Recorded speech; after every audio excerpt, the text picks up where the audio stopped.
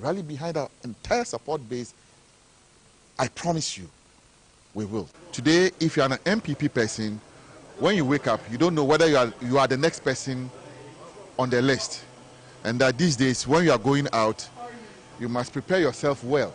You must have toothpaste, toothbrush, sponge, Milo, Cerelac on you, because you don't know whether you'll be picked up in the next moment. That is the sad reality to be an MPP person in Ghana today. For a judge, in all intents and purposes, to look into the eyes of a fellow man and say, go and lie in detention on remand until your case is determined, beats any reasonable imagination. It is so terrible that no matter how well you want to present it, it still beats imagination. And we're asking, is this the democracy that our forebears fought for? Is this the kind of society we want to build? And we think that as a party, we will not sit by and allow this government to continue to harass, molest, intimidate our members. And we are serving this notice to government that the intimidation must end. And we are damn serious about it. That is why today, on the authority of the flag bearer, the leadership of the party, the leadership of parliament, we are taking upon this step. And that if the harassment, intimidation, persecution, and everything doesn't stop, whatever will happen, nobody should blame us.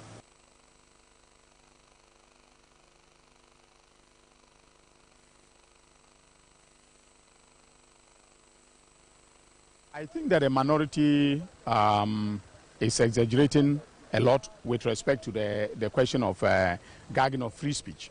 All right, there are limits. If you look at the Constitution, Chapter 5 of the Constitution deals with the fundamental human rights and freedoms.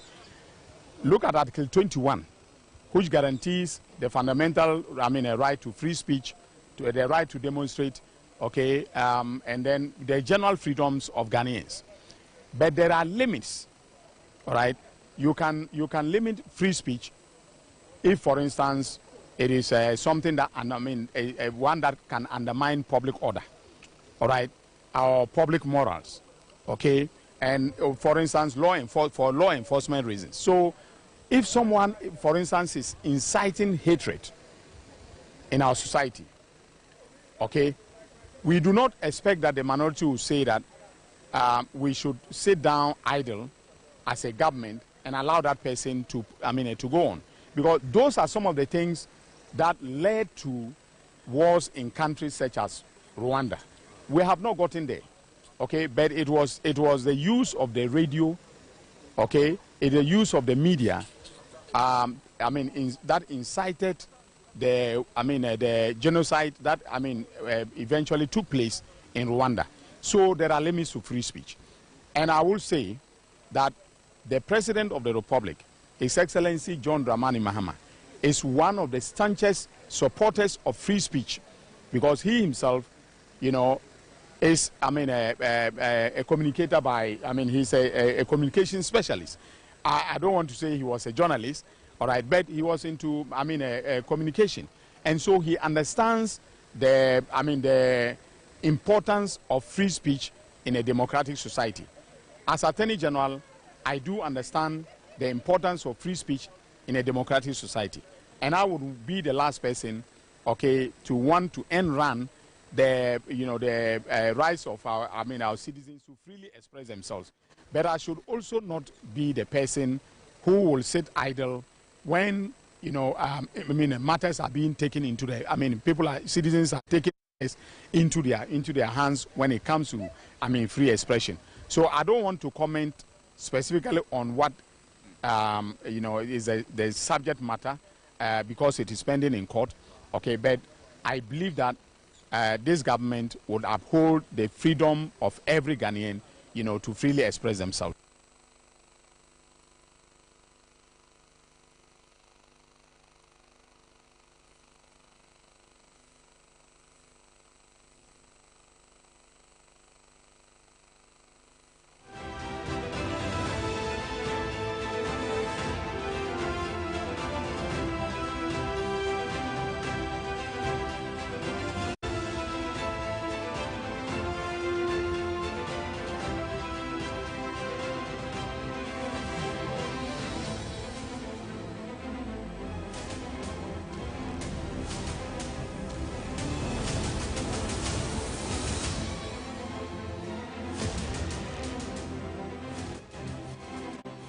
Good afternoon. It's a pleasure to be here once again. This is the National Agenda.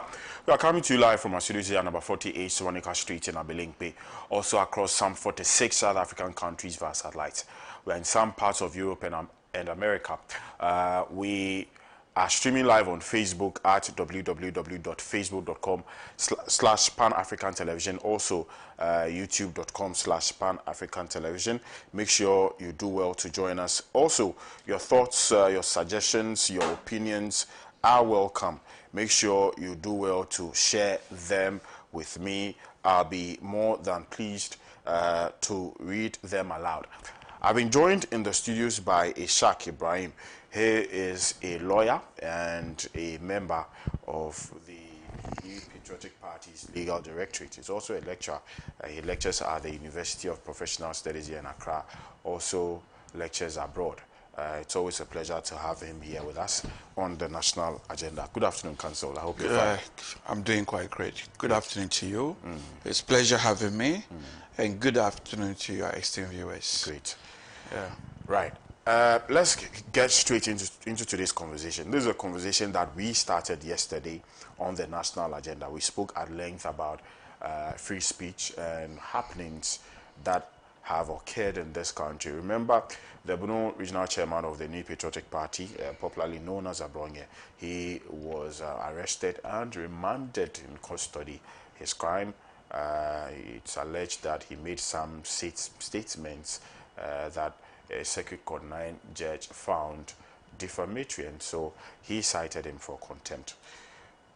Counsel here is a lawyer. He's been practicing for some time now, and so this conversation is going to be very interesting.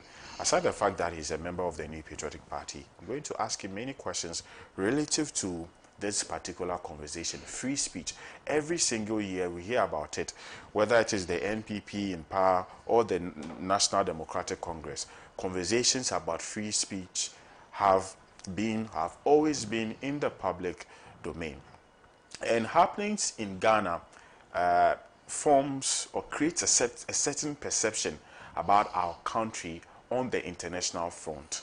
And so yes, so there are perception indexes even about the freedom of expression, you know, on the international front about our country. And so when these things happen, there's some not just the effect on our country, but that international image that we have as a nation too. I mean, there are some effects on it.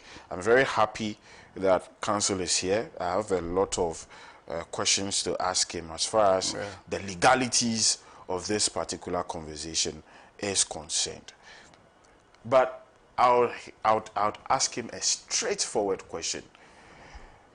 I'm sure he heard what the Bono regional chairman has said. And for many occasions, Abronye has made comments that even for some members of the New Patriotic Party, they feel that he went a tad too far. I remember last year, he made some comments against the General Secretary of the New Patriotic Party, Council Frimpong Kodia, and he found those comments quite distasteful. He made some other comments as well. And even I remember Elena Madeku, who also lectures at UPSA, quite disagreed with him and said he wasn't a fan of his communication style. He went berserk, and even for somebody who is a member of his party, Elena Madeku, Abronye launched a scathing, tirade on her. And so it is not new that Abronye in the past has made comments that may be incendiary or inflame passions or maybe deemed, defamatory or calumnious. But I want to ask Counsel, in this instance, you heard the things that Abronye said. Yeah.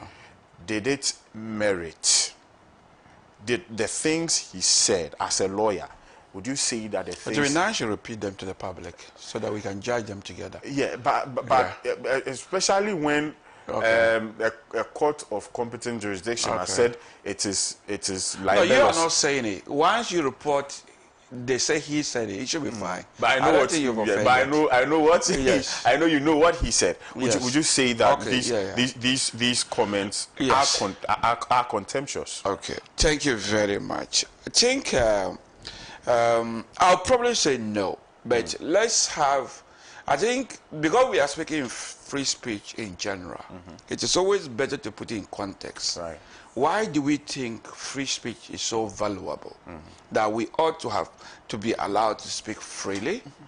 Maybe with some, the restriction should be such a way that other people can judge that this restriction is justified. As a lawyer and somebody who is interested in this area, because I teach human rights law, which you know, free speech comes within rights. As the Attorney General rightly said, we protect it under Article 21 of the Constitution. But why do we find the need to even put it in our Constitution to protect it? If you look at the literature, the one and often linked to help us is a gentleman called John Stuart Mill. He has written the importance of free speech in a book called Liberty. And he has advanced three main reasons why we ought to allow free speech. The most fundamental one, he called it argument from the truth. Nobody really knows the truth. It's through our exchange of views and ideas we arrive at the truth. Sometimes you have a popular opinion. The opinion is so popular that nobody wants to go against the current. And yet, that popular opinion, it tends to be wrong if we analyze it further. So if you look at it on Liberty in his book, he said, if the whole of mankind were to hold one view, and only one person hold a contrary view, the whole of mankind have no right to stop that one person from expressing that similar view. Simply because if we allow him to express it, we would arrive at the truth.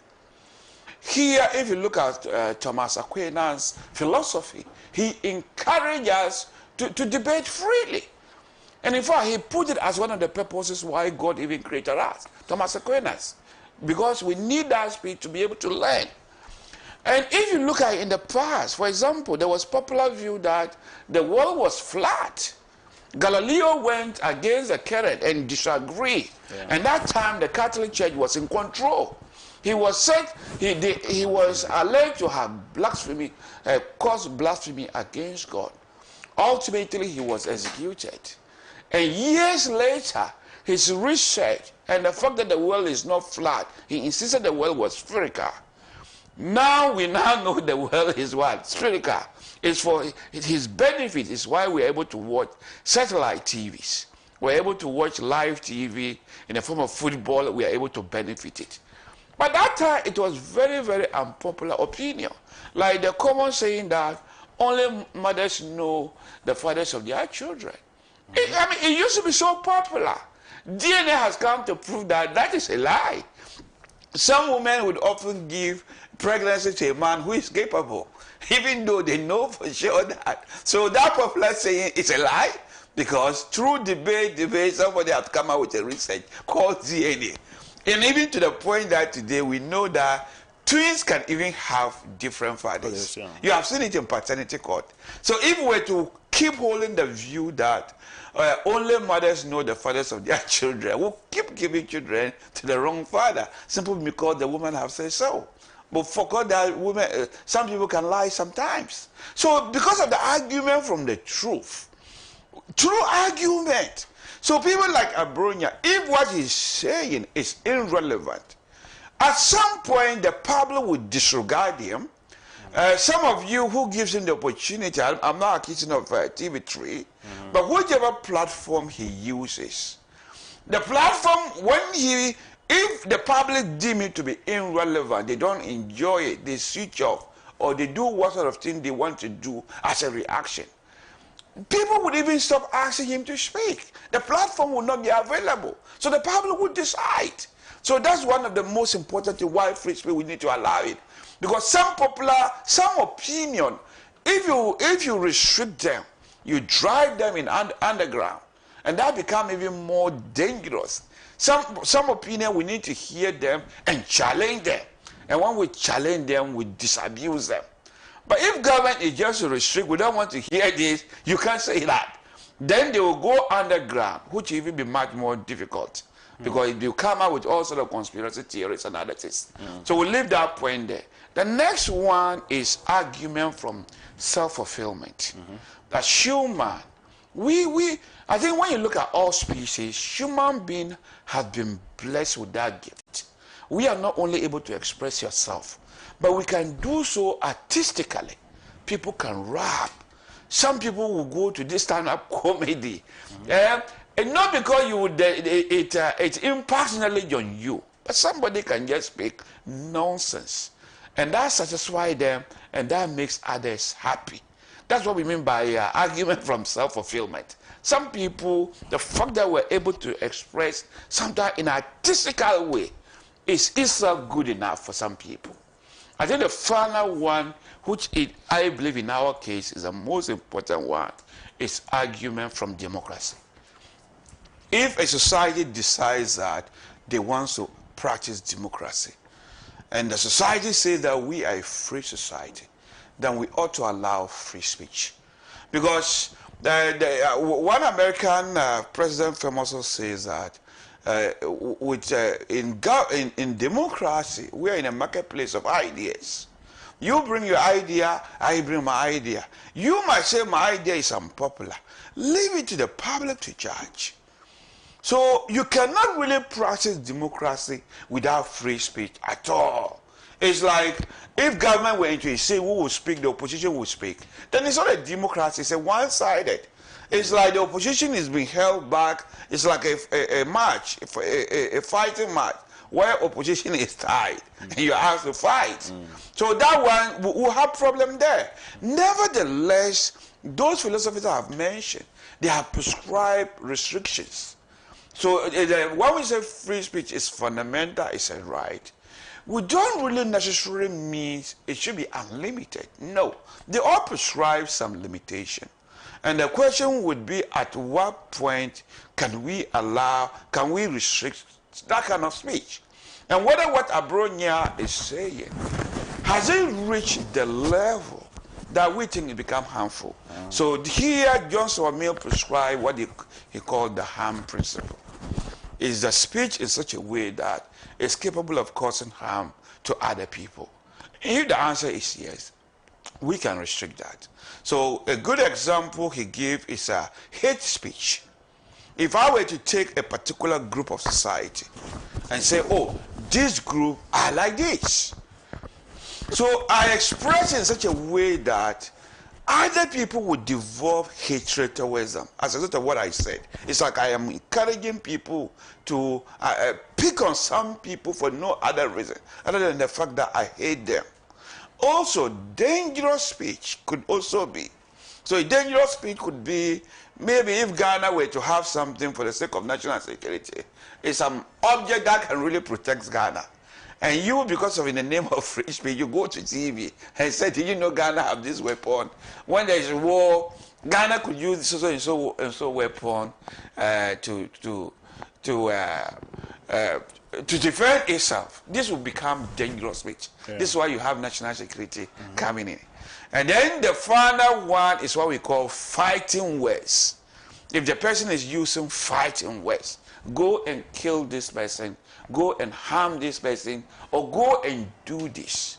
At that point, most philosophers of free speech say that we can restrict it because it has the potential to cause immediate harm. But if you look at all these democracies that we aspire to also practice, the mature democracies, when it comes to political speech, whilst ordinary people might easily get offended, they say we politicians, or those of us who chose to do politics, should be as much tolerant as possible. So political speech is usually protected very, very well. That we don't want politicians to be gagging other politicians. So having said this, Let us not look at the Abronya issue alone, because last week there has been a number of things. Like that gentleman who published President Mahama photo, they say in a billboard, I don't really care whatever it is, he published it big and right, President Mahama something Dumso. What did he say? I am Dumso or something like that. Or I am the Dumso president. I'm not really sure about the words. I have not seen the billboard. But I've heard journalists repeating it. And the question is, has this rise to the level of criminality? The question is no. This is a political speech. This is a political speech. It does not rise to that particular level. And let's take what the Attorney General said. If you look at Article 21 of the 1992 Constitution, who said that free speech shall be guaranteed. So government is not actually giving us free speech. They say that it's an inherent right. We are born with it. So Article 21 is only guaranteeing it. It is not giving it to us. It's free speech is not for government to give it to us to be able to speak. We were born with it. By 2-3 years, we have already learned how to speak. We were not given it to us by anybody. So government only comes in to guarantee it. But like most of the rights, so free speech, as you rightly say, it is not an absolute right. It is a qualified right, if you look at the literature. Or if you want, you say limited right.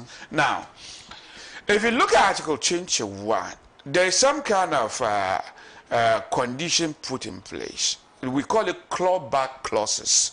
So human rights law, as Professor Hart said, is made in an open structure form with clawback clauses.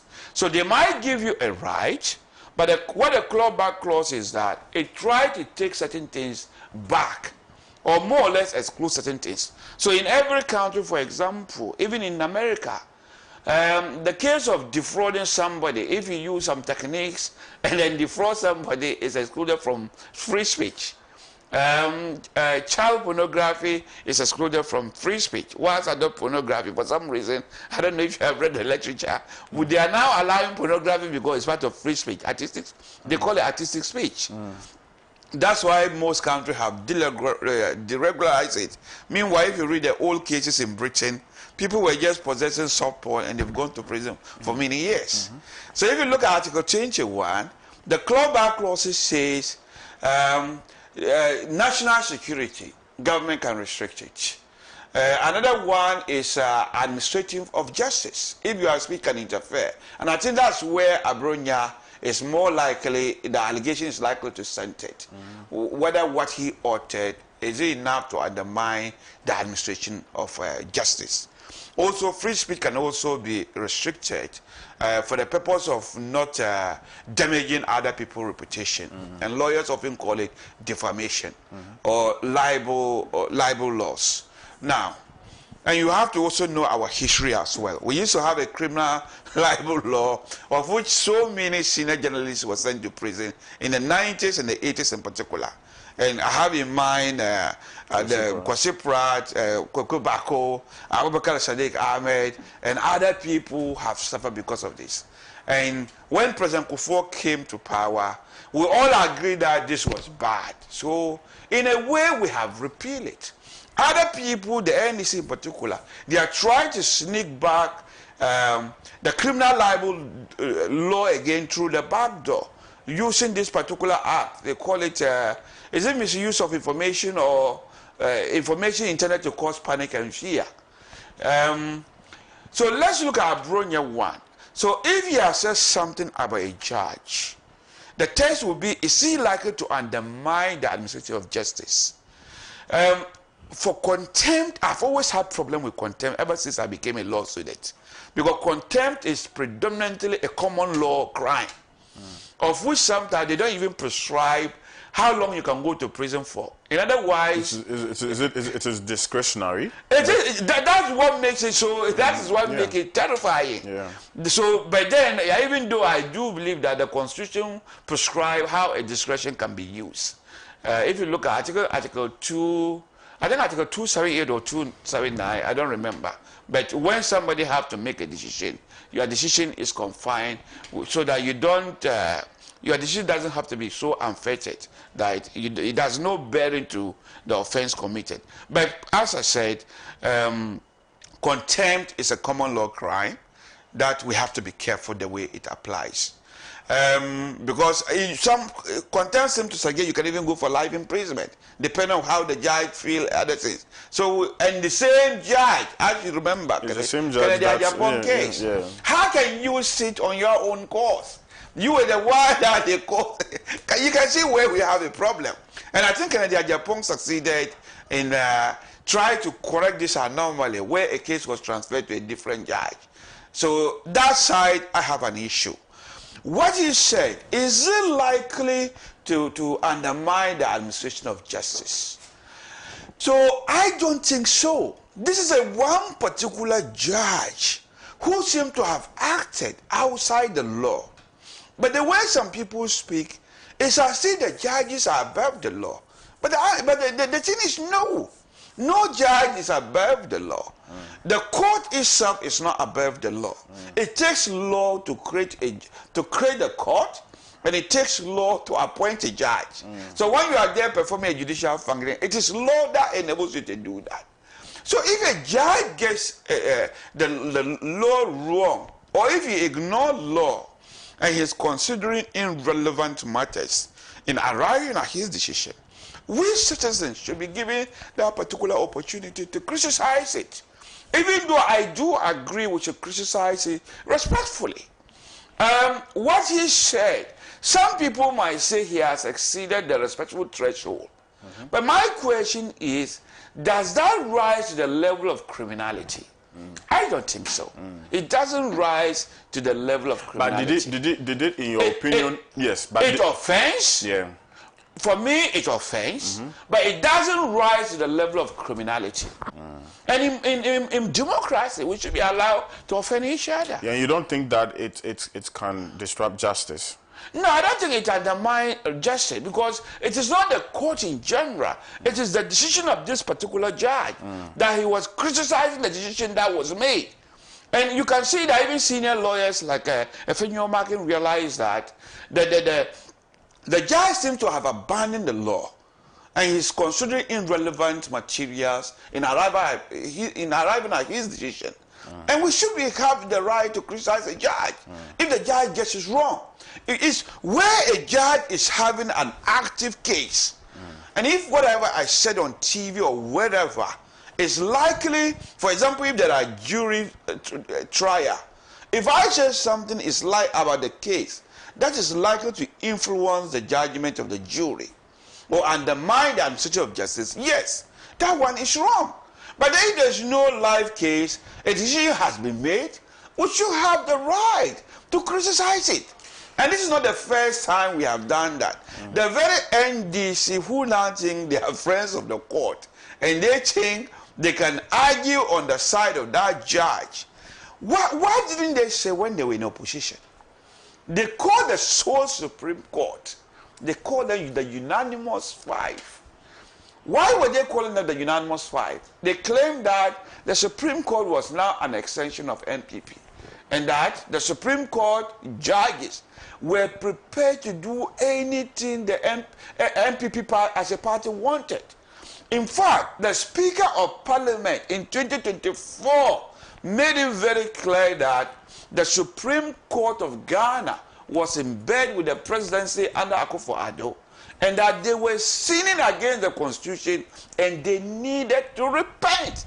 A Speaker of Parliament of Ghana, it's on record.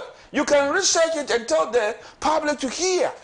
So these people had been, in fact, the way they criticized the judiciary, the criticism was so much that it reflects poorly in the Afrobarometer report that was revealed in 2024. It was a brainchild of the NDC. I was coming to that. Like I said in my preamble, that these perceptions, reflect in the Afrobarometer report, because it creates a certain perception about our country. But I mean, you're talking about criticism, but criticism can be constructive, and we all there is a general concord. There's a general agreement that judges are not above the law. the Constitution of Ghana is supreme. It's supreme, yes. And so judges are not immune from accountability. Very true. And you and I, upon hearing the judgment of a judge, we can make our own decision. Yes. We can say from that judgment that, look, this judge was fair to party A or party B, or this judge was biased, and then in the discharge of his duties, he didn't do right to this party or that party. That is good for democracy. Yes. But at what point does a criticism offend? Yes. At what point does it become offensive? At what point does it bring the name of the judiciary into disrepute? Yes. And puts judges, you know, in harm's way? At what point does a statement qualify to be a statement that puts a judge in harm's way? I've already expressed it some way, but maybe I need to repeat that. I said when I look at the theory, some of them suggest the harm principle should be where we measure. Does that cause harm to maybe a specific person, to maybe even the whole system, if you want to put it that way? At what point can we say the harm principle should kick in? Free speech should be allowed, but once it causes harm, we stop it. So that's why I was saying that let's look at what Abronya said in the context of that. Personally, I wouldn't insult a judge. I'm not in the business of insulting people. That's not my style of doing things. But we are not the same people. Others would openly insult. Does insult amount to kind of some harm? I doubt it. For me, I believe in a democracy, we should be allowed to offend each other. And with free speech, let's confine any excess of free speech to the civil law, where, for example, if I try to destroy somebody's reputation, they must have the right to go to court to seek redress in the form of defamation. And you can see that defamation is very, very punitive. Sometimes you are asked to pay millions to the defamed person. So that side, yes. But to use the criminal law mostly, and also the public as well, the public and the media, you equally have a responsibility. If I come here and my whole point is about unfairly attacking somebody, offending them, should you be giving me such an opportunity, a platform like that, to be doing that? So some of these things can come with regulatory. Or for example, if I were to come and maybe some country, they have daytime, you're not supposed to speak a particular language. I don't mean language like Akano or Dagbani or whatever. Certain words. Certain words, you know, should be censored. Adults, So yes, so if I insist in doing that, you don't stop me, the regulator could deal with you. And to the extent that they can even take your license away. We can try all these things. So if the speech, but to use the criminal law is where some of us have problem. Because the law have already provided the opportunity. If you look at Article 21 of the 1992 Constitution, when can we control it?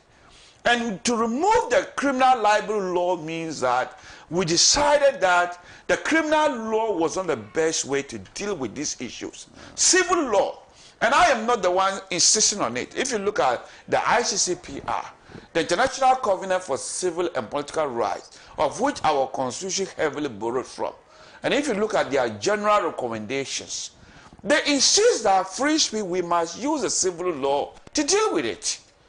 So in other words, if this gentleman really offend against the civil law in the form of defamation, why doesn't the individual claiming to defame deal with it?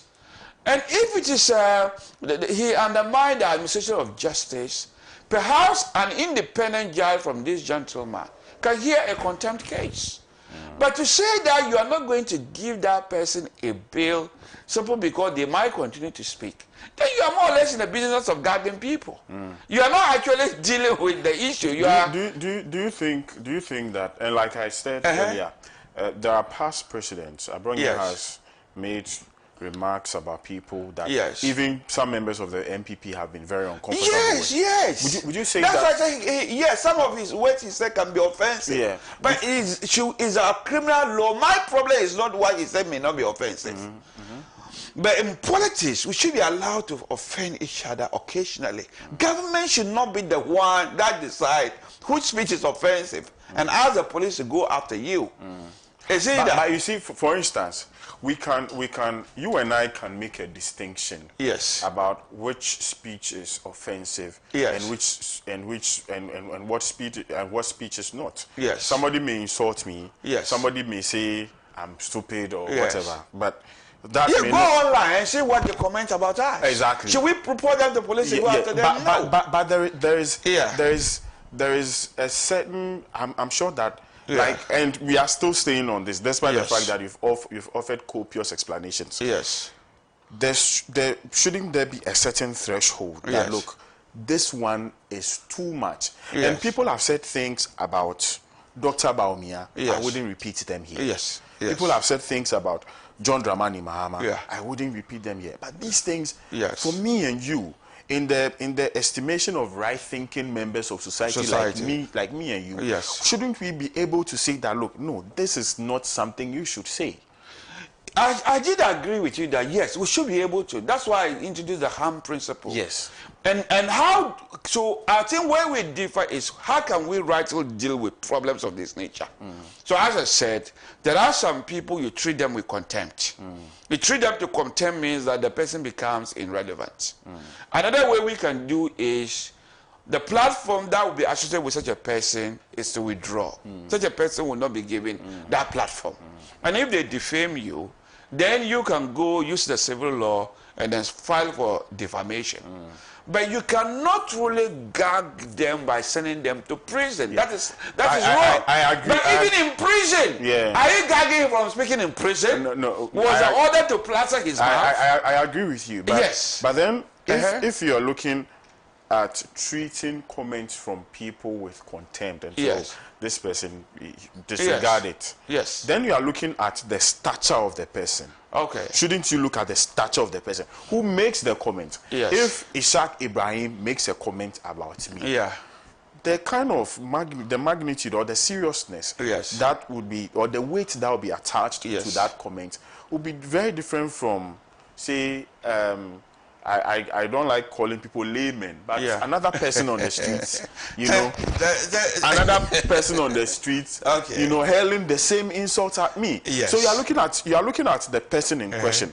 Abonye is no mean a person. Yeah. I don't think that being a regional chairman in the New Yes. Patriotic Party is a small position. Yes. Your words are taken seriously. Yes. You lead a whole region. Yes. And so, isn't it the case that, look, they are looking at who said it, not necessarily, not only what the person said, Yes. but then again we are also looking at the who. Yes. And so because of the who, you can't just treat it as Yes. just some passing or fleeting comments the Yes. person made. I like the word you used earlier when you say right-thinking members of society. I believe this is a statement you borrowed from. I don't know whether Sinister is. It was a ratio in one of the defamation cases, whereby the House of Lords judge says that what you said, how would right-thinking member of society measure it? Is yeah. it defamatory? Yeah. So I like the way you put it. If Ishaq is in the business of abusing people, defaming them, I don't think the way you hold me high, I should continue to be held high that way. Because right-thinking members of society will say that Ishaq is so unfair. He doesn't care. He has no boundaries. He has no this. He has no this. So at the first contact, the way they used to think of you, the right-thinking members of society will begin to devalue you. As you said, he has attacked Kodia, he has attacked this person, he has attacked that person, he has attacked that person. Are you saying that all people who have heard those comments and everything, when they want to look at his stature, when they put all together, are they going to just be looking at because he's a Bono is chairman alone? They have been using the totality of it. So what we are pointing is that the right-thinking members of society, that's one area they can make a decision to say that the way how we hold this guy, he shouldn't be held that way. And people begin to shun his company. The media places, when you give opportunities to us, it's either increase your value or it devalue you. Depends on the kind of personality you have to discuss your programs. So when did it devalue you? After some time, you will associate yourself from such a person. I don't know whether you are getting me. My problem is the rightness of using prison as a deterrent for free speech. Prison and detention might be a deterrent for something else.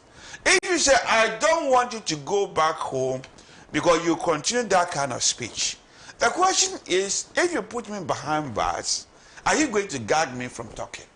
So here, it seems we seem to be using prison as a punishment and a gagging instead of dealing with the matter, especially when the person has not yet been convicted.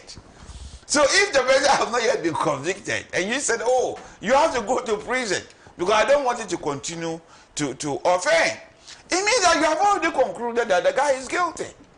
So the appropriateness of using it for your opponents is where we have a problem, especially the main opposition party, where government is actively doing this. And as I said, we have had encounters in the past. The very party that is cheering these judges and the police were arresting them. How were they acting when they were in opposition? We had their own founder, President Rawlings, term some of them. I think the current foreign minister was one of them. The current communication minister was one of them. What they used to say was so offensive that the founder of their party nicknamed them babies with sharp teeth, because what they say used to be very, very, very offensive, and they know it. And as you said, 2024 election, if you listen to the totality of what they were saying about our flag bearer, you feel sorry for him. I have said, but then he took it on because in politics, we have the right to offend each other. Because if we have to say everybody must be careful of what you say, we're not able to do our democracy. Right. Thank you very much. If you're just joining us, this is the National Agenda live here on Pan-African Television. Today, once again, we are looking at free speech. We have roped in the conversation about Abronye. We understand that he's been granted bail, 100,000 Ghana cedi bail, and so he's no more in detention. That's good to hear. But then there are other legs of this conversation that we are also having. I'm having with Council Ishaq Ibrahim. Council, there's a worrying trend that I've observed. And as a politician, I'm asking you this not as a lawyer, but as a politician. I understand bits about giving room for opposing parties to offend each other. I understand that. But I'm looking at this from the political view. Yesterday it happened. I'm talking about these things. About free speech and gagging of free speech and all of that. It happened yesterday. Dr. Bawumia didn't talk about it when he was Vice President of the Republic of Ghana. It happened under his tenure. He never, for once, I've never heard Dr. Bawumia condemn anybody for making condemned the police or any security institution for arresting somebody for making speech that but it's happened. He didn't talk about it. Why the need to talk about it now? Why the politics of convenience? Is it that when it happens to someone else he doesn't care, but only when it happens to members of the New Patriotic Party? You've just called me a politician. I'll probably call myself an academic, but I do political commentary. So that's why I'm speaking on behalf of the NPP. But I don't want to run away from the charge of a politician, but I just want to put in the right perspectives.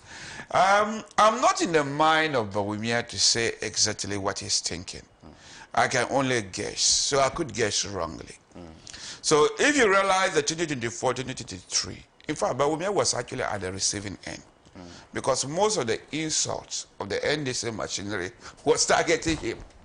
So are we saying that if he didn't complain, then he shouldn't complain now? No, that's not if what they I'm are insulting me, no, That's not what that is not what I mean. Okay. What I'm saying is that we've had in the past, and I remember very well. Yes. People have made comments Yeah. in Ghana here. Yes. And have been picked up by the police. Yes. They have been in custody for days. Also, what your statement is that when other people were picked up, yes, he didn't condemn. He didn't condemn. He didn't condemn it. He didn't say that we're gagging free speech. Now that chorus came from the then opposition party. Yes. They were the ones at the front. Hypocrites. Yes. Well, if you call it that, I don't have a problem when you label it as such. Okay. Yes. So they were at the front burner. Okay. They were at the forefront of calling it. Yes. I mean, gagging of free speech. Yes. And Dr. Bawumia was comfortable as vice president. He didn't see anything wrong with it. He didn't come out to support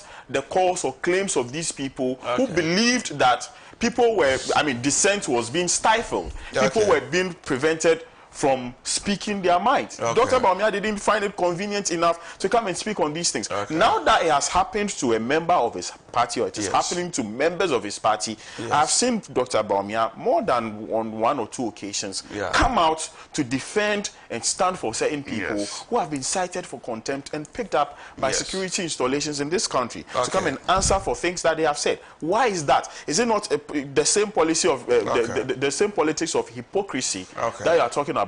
Is it not the same thing that he's practicing? Okay, thank you very much. It's an interesting question.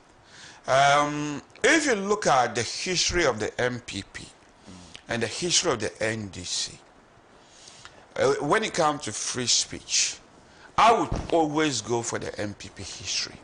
As I've already said, sometimes don't just look back the past 4 or 5 years. You have to look back since our 1992 Constitution was drawn and implemented. Which party is on the side of free speech? And you know it's on the MPP.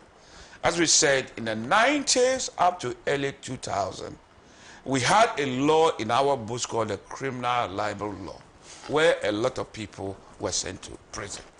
It was the MPP party that repealed this particular legislation, confining all free speech aspects to what they call it, the civil law. For some reason, we now have new law that wants to creep in the criminal libel law. For something which we thought we had consigned its ghost to the past. Now, I remember there were a few arrests. I can't exactly recall whether the vice president had commented on it or not. I'll do my research and get back to you at some point. But what I seem to have heard you, and my conclusion would be a kind of fallacy you are pushing. A fallacy of we have to be consistently wrong to be right. So to be consistently wrong to be right means that if he has failed to comment in the past, it means he was wrong. He should have commented. That's what you are pushing. And that he should continue not to comment or issue a statement because you have not commented in the past and therefore do not comment now. No. It is a fallacy of being consistently wrong to be right. Right. We cannot push that particular thing. Especially a party that has campaigned on reset. You told the good people of Ghana that the past had been bad. You are a new party, even though we knew you were trying to scam Ghanaians. You've now been given the opportunity to govern, and you are using the past as a standard. When you say you are doing a reset, by you coming to power, the reset button were meant never to use the past as a standard.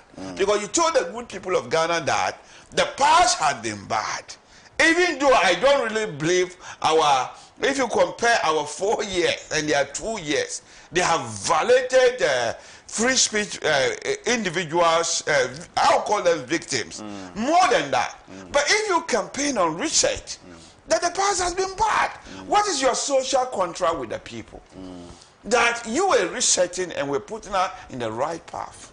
How could the NDC be talking about past? So I don't get it. So I mean, first of all, yes, I understand you when you argue on those lines about about the issue of the fallacy of being consistently wrong to be right. Yes. So I mean, I understand you perfectly on that. My issue has got to do with the lack of consistency. Yes. When I say the lack of consistency, Yeah. I mean, and I'm talking about a lack of consistency on both political sides. I'm not accusing the NPP, only the NPP of being inconsistent. I'm accusing Ghanaian politicians of being inconsistent to the extent that most of the things they say are self-serving. Yes. When it does not serve the interest of Dr. Mahmoud Bawumia, he does not talk about it. Okay.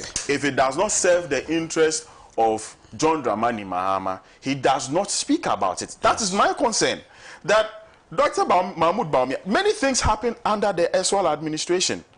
Very condemnable things that I expected as somebody who is not a member of the NPP or the NDC. I expected that in the spirit of nationhood, of national cohesion, and then nationalism, I expected that somebody like him would come out to come and speak on it. But it appears, my judgment is that it appears he did not speak about these things because he was a member of the NPP. And perhaps he didn't want to say something to offend members of his political party.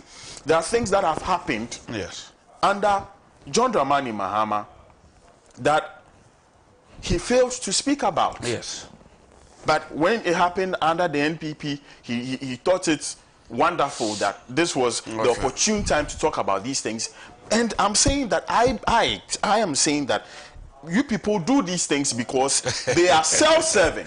They serve your interest. When it doesn't serve the interest of Dr. Bawumia, he would never come and speak about it, despite the public backlash, despite the fact that you know that somebody is wrongly or wrongfully being detained for something that he shouldn't be detained for. Dr. Mahmoud Bawumia would never come and speak about it until it happens to somebody who belongs to his political party. That is hypocritical. That is hypocrisy. Okay. I see you are insisting that we should still visit the past. I'm happy to visit the past with you.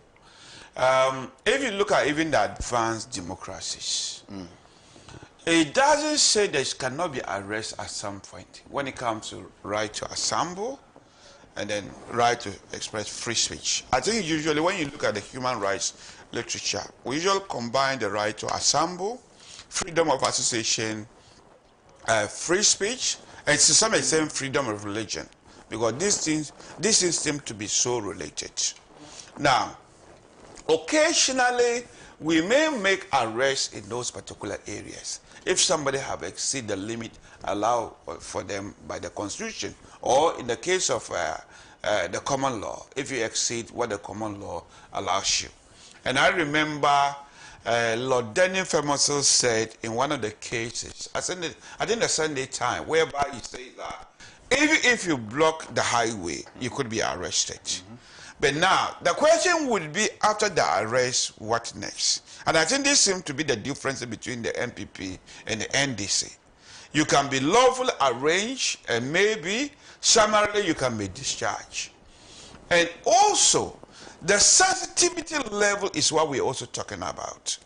I don't think there was any point that somebody had a Akufo-Addo picture with something written on it, describing Akufo-Addo, and that would amount to more or less a criminal offense, to the extent that the person had to be arrested by the national security or BNI.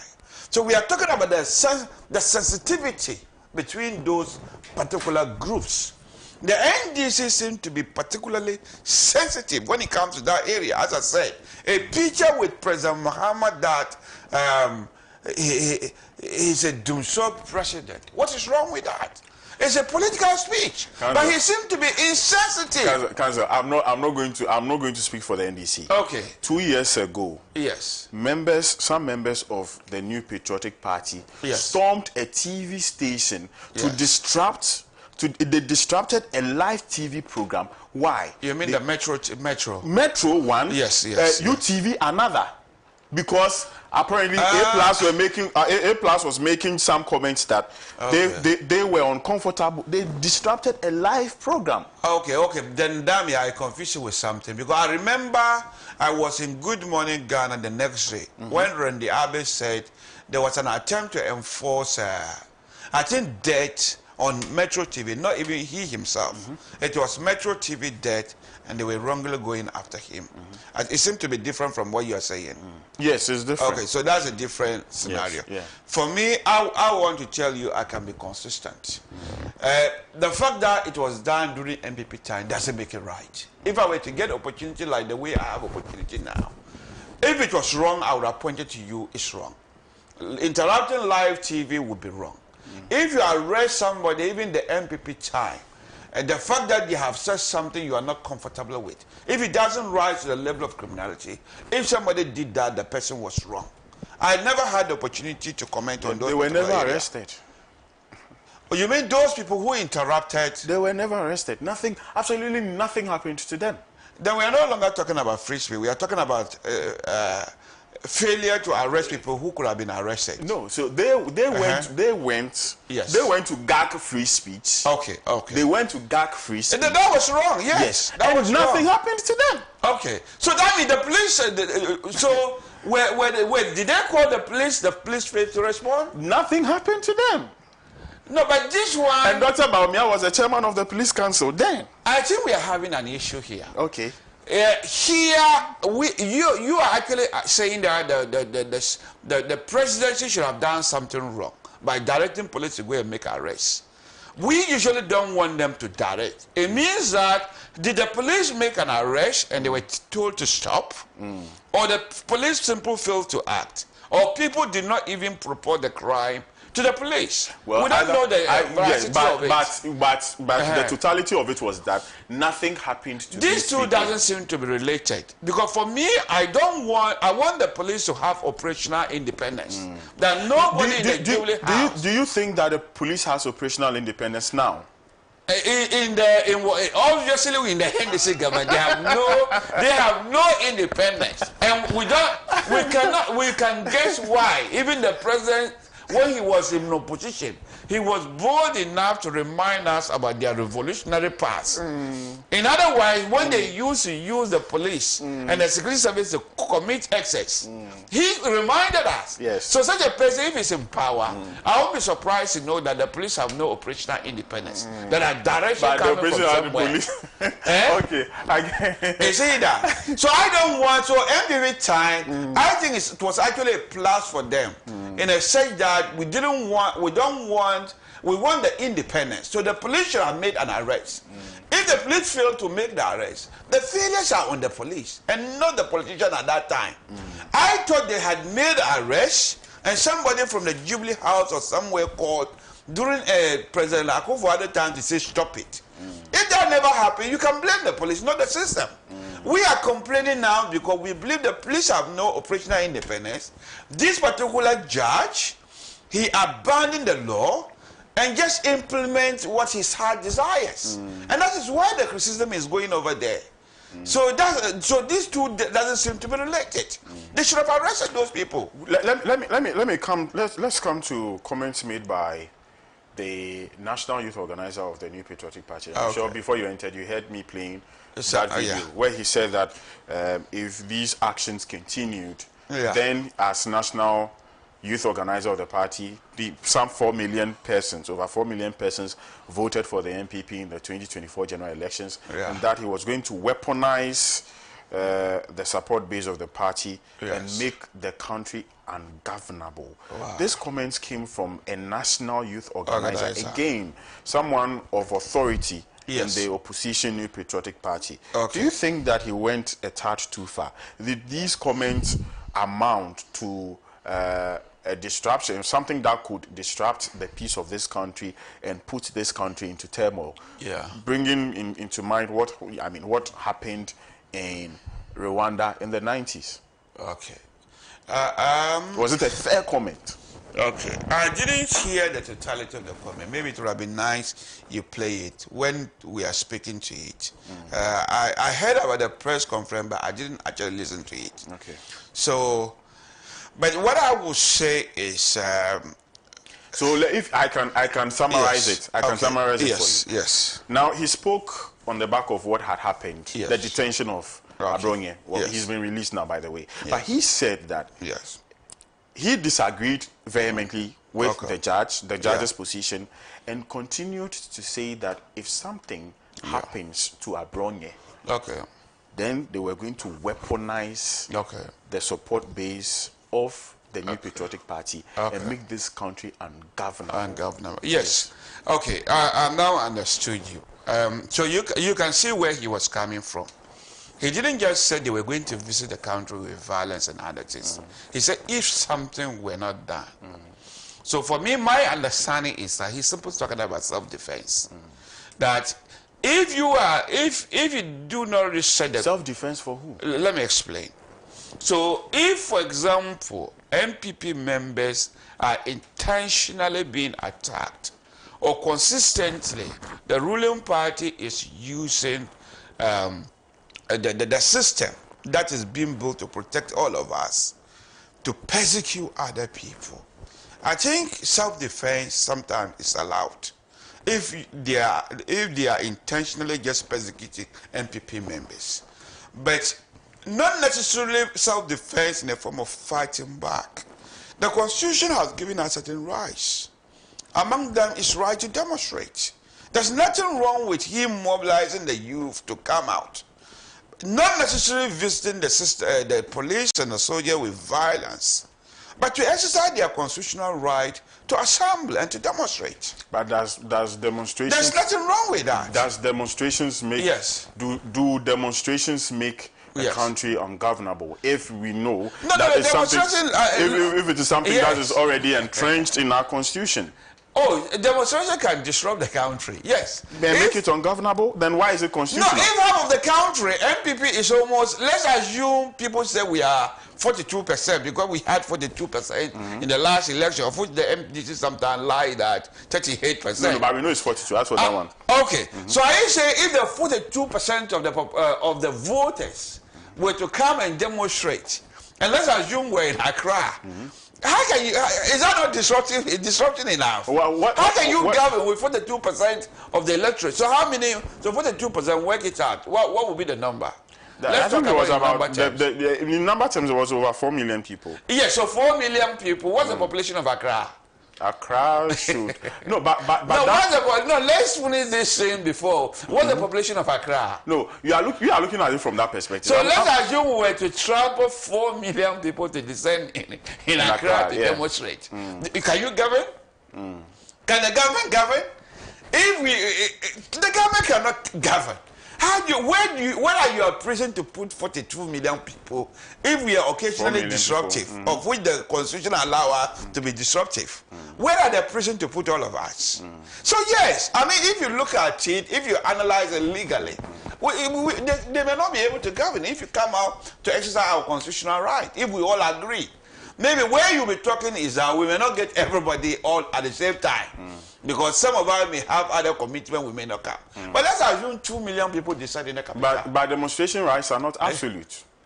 That the right to demonstrate is not absolute. And so, as long as they are not against national security, good. You are not violating the rights of other people. Yeah. So the 4 million. The 4 million, as much as they may not be coming out to do something.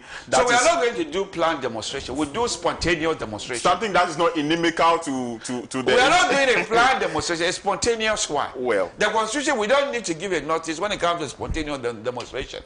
So we are not giving notice. Spontaneous one. Yes. Even if we do sit down, so for me it can be disruptive. I don't think he was meaning violent. We should visit the system with violence, of which I don't encourage it. Nobody would encourage violence, because at the end of the day, we want to keep the country intact. But if we are to exercise our lawful right under the Constitution, they may not be able to govern, because we can. That action can be very disruptive. Even the numbers alone speak for itself. If we come in large numbers, they will change the way they do things, because the international community will begin to pick up that Ghana is not all that well. There's something going on. So for me, it is in the interest of the president. And even the NDC member, maybe you don't find out. I've got NDC members who are very uncomfortable with the way they are arresting people. As I sit here, deep down, I don't feel 100% comfortable because you never know what you will say with this NDC government, and it may stop me on the way. But you do not say these things. You do not say these things. But we don't know if somebody can have a board and say this is Dunso president, he's arrested. Having said it in this, what do you call it? I know what the law says you can say. But as I've just said, this is a political speech, they are arresting him. How do you know they will not know was he arrested? I don't know about that. Was he arrested? I understood he was arrested. Okay. In fact, by national security. I've not heard about that. Not the standard police, but even national security. That's my understanding. We need to check on that. But how do you know this NDC government is not lowering the threshold? They can always lower it at any time and say, you even mentioned NDC and therefore we are picking you up. Yes, so the parameters are no longer clear. They can always lower them. The former president, His Excellency Nana Addo Dankwa Akufo-Addo, when interviewed by the BPC and asked about demonstrators being picked up and the fact that his government was gagging free speech, he said he did not control the police. He did not. Why? What makes you think that this current NDC government controls the police? So President Muhammad said, "Remember our revolutionary past," meaning they have history of it. But revolutionary past was not a democratic dispensation. It wasn't a democracy. But right now we are practicing and a democracy. And you think somebody will become... There's an independence of the Ghana Police Service. There's an independence of the judiciary. So, I mean, why can't we stick with that? Why can't we stick with the fact that these institutions are independent? You're a journalist. If somebody has been a dictator, he's forced to become a democrat. And then, having embraced democracy, he remembered the part with nostalgia. To the extent that he said, remember. I mean, you yourself will know that this guy is not a truly Democrat. He still remembered the part with nostalgia, the period that we all agree was bad. So the person sit down and remember with nostalgia and say, remember our past. You see what I'm talking about? Such a person is likely to revisit the past. If he said we regret the past, but if you remind you the past, what we're capable of doing sometimes it is. How can that person be a true Democrat? Sometimes, Council, sometimes it is very difficult to take words of politicians seriously. And I'm saying this because... Especially President Muhammad and his team. And what they said in 2024... And also Dr. Bawumia, I'm sorry, and also Dr. Bawumia, both of them. Sometimes it's very... like, it takes so much to take a politician's words seriously because... Like I said, all of you are self-serving.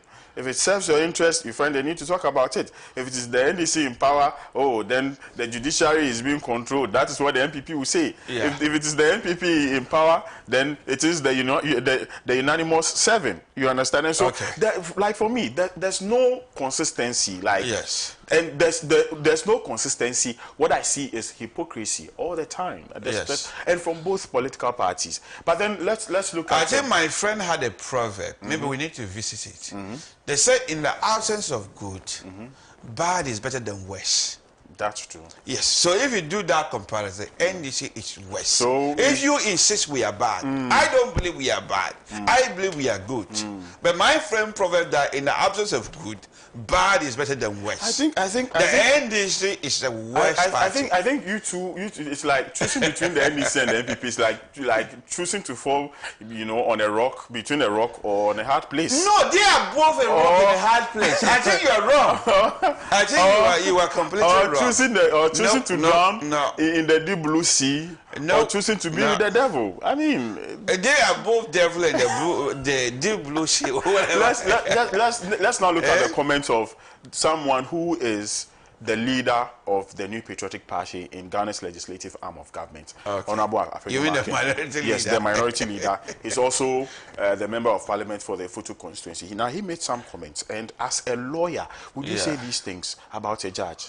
Would you say these things about a judge? What did he say? He said he does not respect the judge. The judge, of course, he called the judge's, professionalism into dispute, and even went to the extent of saying that he wasn't sure that he passed this law exam. Would you say this about a fellow lawyer, let alone a judge? Would you say this? I think the law school exam might be a bit too much. But there's nothing wrong with saying that I can respect the person because of the decision they have made. I think what he simply said is that the judge has abandoned the law. And as a lawyer, as a judge, you ought to pay fidelity to the law. If you abandon it and you are doing something else, you yourself have undermined your profession. In that respect, he can say that I don't respect it. There's nothing wrong with that. Do you agree with the tone? Where I'm not the fan of using people's voice and body language to form a complete opinion. Especially when I wasn't, but the point is, saying he didn't pass his law school exam. If I were him, I'll probably say the judge is incompetent. But to wonder whether he passed law school exams or not, I'm not sure whether that would be a better way to assess him. An incompetent person may still pass the law school exam. Yes, so that side wouldn't be the choice of my words. So that side, you think that side would be an overreach? No, it wouldn't be my choice of words. But I would think that what he was just driving at is that the judge was incompetent. Was he wrong to say that? If you say a judge is incompetent. No, was he wrong to say that the judge probably did not pass his law exam? No, that's why I said I wouldn't choose those kind of words. I would probably prefer it's incompetent. But I can understand if in your market. The point he was trying to make is that the judge was incompetent, but he dramatized it. Are these comments? So I think he was doing drama. He was dramatizing it. The dramatization of these comments. Yes. Do you think that it is insulting? Does it put the name of the judiciary, into No. This is a particular judge who has made a decision. How can the whole judiciary? Then in that case, we don't have a Supreme Court. The NDC attack all the Supreme Court judges by calling a unanimous 5. In that case, Ghana doesn't have judiciary. If we were to go by what you are trying to say, you see that it's not my job to come here and criticize my leader. Or I can only tell you what he meant. And what he meant is that the judge have not dealt with the case in a competent manner. So perhaps the judge probably need further training. You think you could have put the judge is he's nearing 70. He'll be retiring this year. This is a judge who has been. You want to put me in trouble? No, I will say something. No. I'm not putting you in trouble. There was a day. What I say you want to put something. I remember something I wanted to mention. That's why I say you might put me into trouble because you are mentioning people's age. Because there was a time that there was a debate in Athens during the period of Socrates, and there was a general claim that the old people are always wise. So Socrates have to let them reason in a particular way. That as we are young, do we have fools among us? And they say yes. The fools grow old too. Exactly. I understand. So if you are incompetent, you could be an incompetent adult. But I'm not by no way referring to this judge. Yes. I was just making some analysis. That's why I said I agree. If we are not careful with our analysis, we might get into trouble. I agree with you. You see, I've been on this. I've been asking you questions repeatedly. Okay. It is that for me. You politicians like to play with words. I'm an academic. Well, an academic makes it even worse. What an academic is worse? Makes it even worse because you know the words even better. So it is the admission of wrong. Yes. That okay, this was wrong on my part. Okay. And I know you are a member of.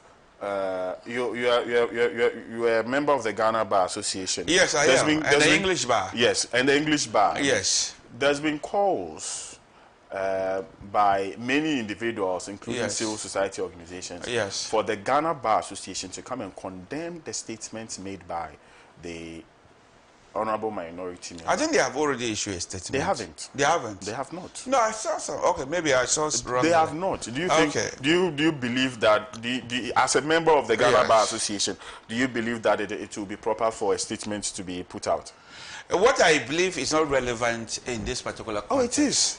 But as I said, in good standing. Council. No, but let me put it. So no, I just want to say that what I believe is irrelevant in this context. Right. But I've already told you my position when it comes to Afenyo making comments. That to say that He doesn't. He will not respect the judge for this decision. I don't think he has done anything wrong. But the judge did not pass his law school. Perhaps he said he wondered whether the judge has passed his law school exams. Over there, I think he was dramatizing it. I've already interpreted it. If so, for me, what I thought he said was that the judge have not dealt with the case competently, and therefore, why called him incompetent? If my interpretation is what the Ghana Bar Association is interpreting it, then why condemn him? If you can rationalize the statements, why condemn him? Should the Ghana Bar Association be the one to rationalize Afenyomakin's comments? Oh, before you condemn somebody, you have to rationalize it, isn't it?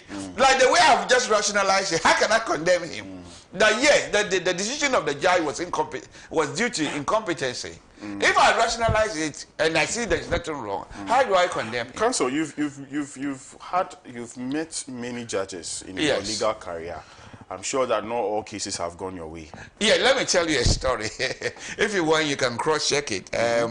3 weeks ago, I took my students to the American Embassy.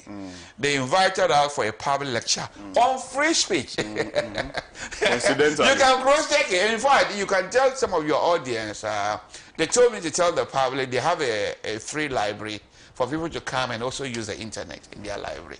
So they invited myself plus, so I went with one of my colleagues, plus some of my students in my legal clinic. I think we were about 42 students in general. And I think GIMPA also came. They also invited GIMPA. And I think University of Ghana, some people also came. So he was telling, so we had a lecture with a lecturer from, I think, University of Alabama. So at the end of it, we asked questions. And somebody asked question about case in court. So where he's also a practicing lawyer, he said he has witnessed somebody, when a judge made a decision he didn't like it, he came and told the judge, I think you are crazy. So he told the judge in court that he think he was crazy in America. So, but then initially they were taking it as a contempt, but analyzing it further, the judge think there was no need to take further action. Because as lawyer, we always have to detach ourselves from cases. I always say lawyers are more or less actors. You shouldn't put yourself, even though you have to fight in the best interest of your client, but you are also an officer of the court. And then therefore sometimes you have to detach yourself.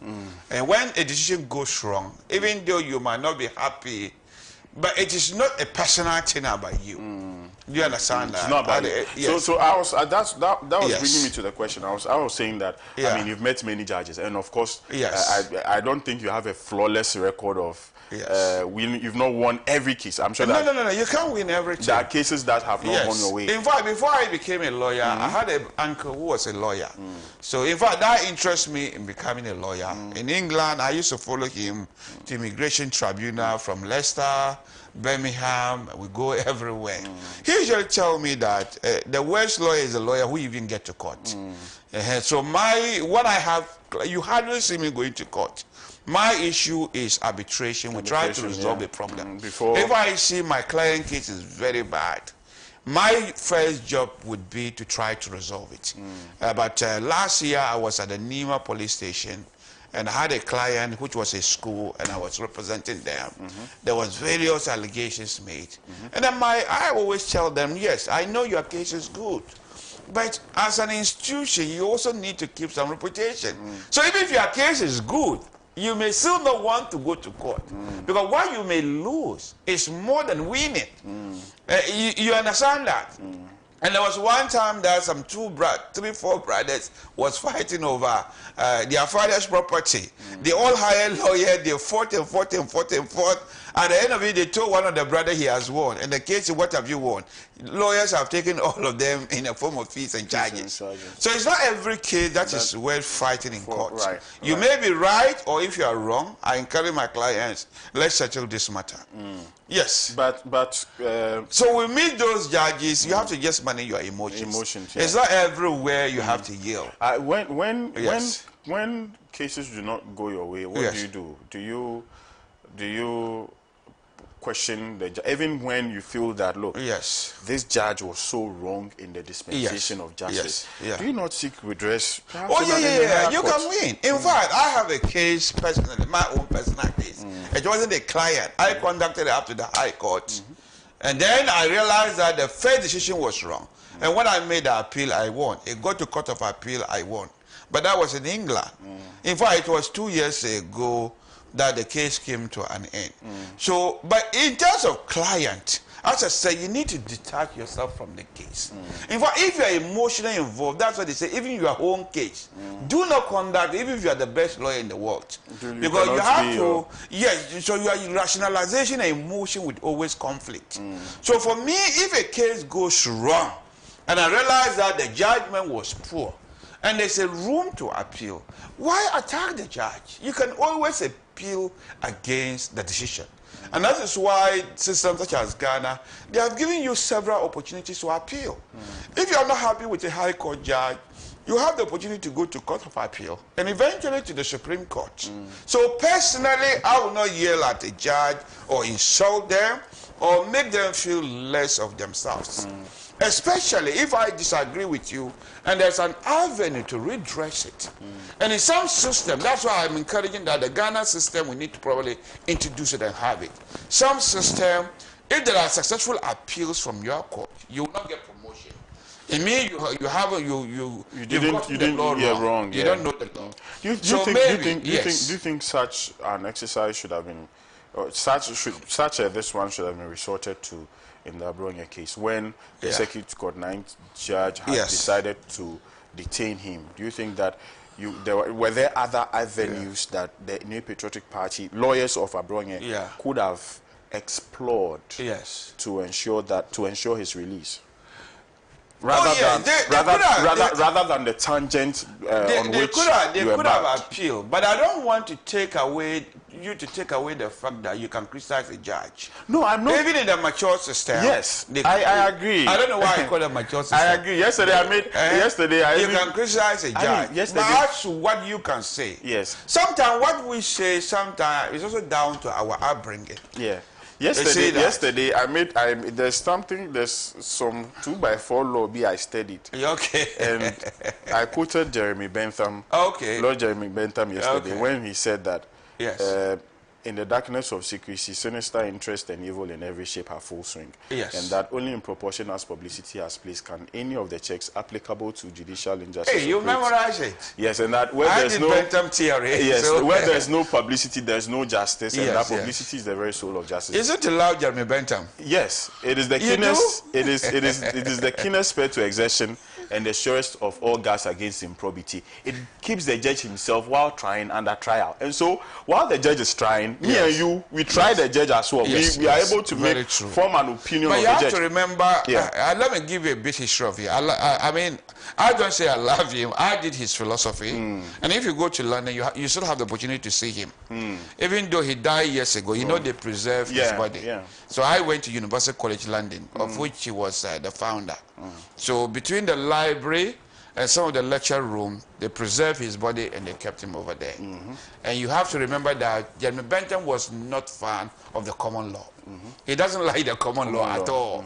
So a judge sitting down, making precedent, he didn't like it. He didn't like it. So he called it a dog's law, that the common law was dog's law. You wait till your dog offend, then you take the dog there, beat it, and show it that this is not the right thing to do. Then the dog learned from that. So he said the common law were like that. So judge making decision, he was not fan of it. So he preferred codification of every law. But the trouble is that human beings, we suffer from deficiency. We are not able to predict everything that will happen in the future. There are occasions where things will happen and we don't know. So for me, this system of also telling judges, if you get things wrong and appeals are successful, you will not be promoted, will be a good thing, so that it will keep judges on their toes. But the trouble with our system is that sometimes you see judges promoted based on their political connection. And you remember President Mahama, when he had the opportunity of meeting some NDC members, he spoke about, no, this is a factual, he spoke about promote. You see that? But if we have a system where judges can be rightly appraised, if you get it wrong, then it will be highlighted in your promotion. You see that? Right. My time is up. It's been is it the back and forth? It's been is it the back and forth has been, you know, but